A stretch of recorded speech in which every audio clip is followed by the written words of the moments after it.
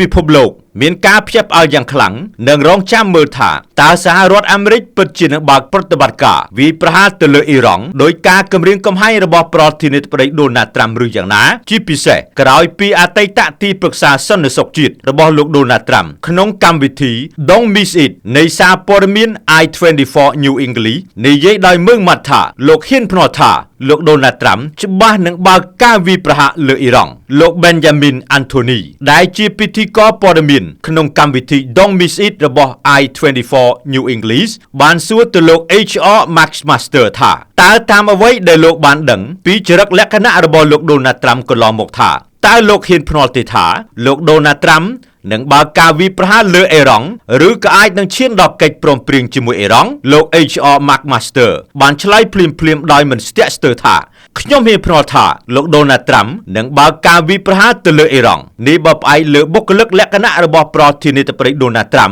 គឺដោយអ្វីដែលខ្ញុំបានលើកឡើងអញ្ចឹងគួបផ្សំនឹងមានភាពវិន័យរឹងត្អឹងនិងមនោគមវិជ្ជានៃរបបដឹកនាំផ្ដាច់ការនៅអ៊ីរ៉ង់ខ្ញុំតារាពី RTU TV